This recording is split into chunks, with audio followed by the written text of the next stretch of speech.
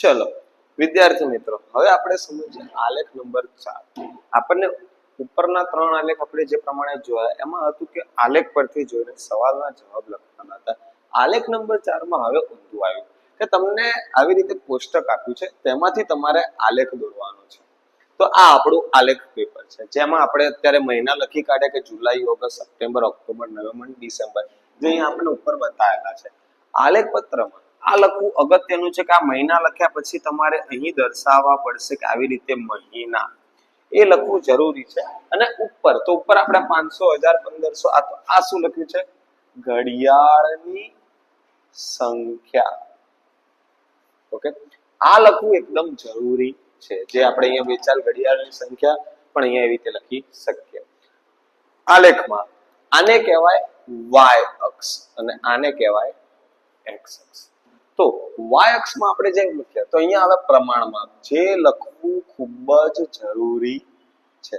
તો પ્રમાણમાં વાય અક્ષ બરાબર હંમેશા આટલું લખ્યા પછી શું કરવાનું? તો વાય અક્ષ માટે આપણે કેટલા ગેપ લીધો છે કે આપણે જો તમારા લોકોના પેલા આલેખ વિશે સમજીએ કે દરેકના આલેખમાં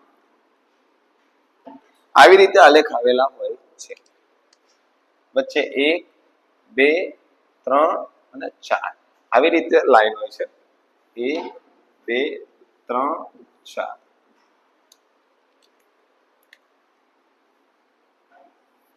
ઓકે, દરેકના આલેખ પત્રમાં તમે જો દરેક આલેખ વચ્ચે આવી રીતે એક ચોરસ આવેલા હોય છે, જેમાં કેવું હોય છે કે તમે અહીંયા 5 લીધું માપ, તો 6, 7, 8, 9 અને 10, મતલબ આ એક ચોરસ હોય છે.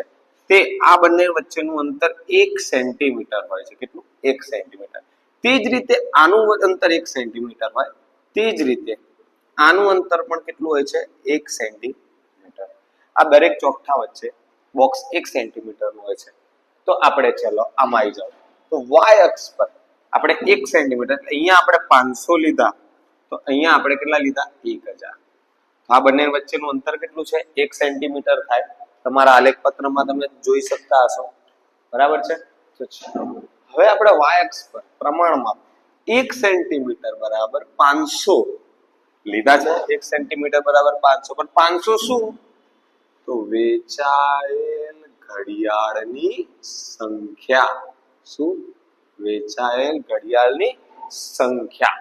આ આપણો થયો રો મટીરિયલ. શું રેડી થયું? Raw material. હવે આપણે શું કરવાનું છે? હવે તો એકદમ ઈઝી છે. આટલું તો તમે શું હતું કે ચલો આપણે શું લખ્યું? તો એક્સ અક્ષ ઉપર શું લખ્યું? મહિના.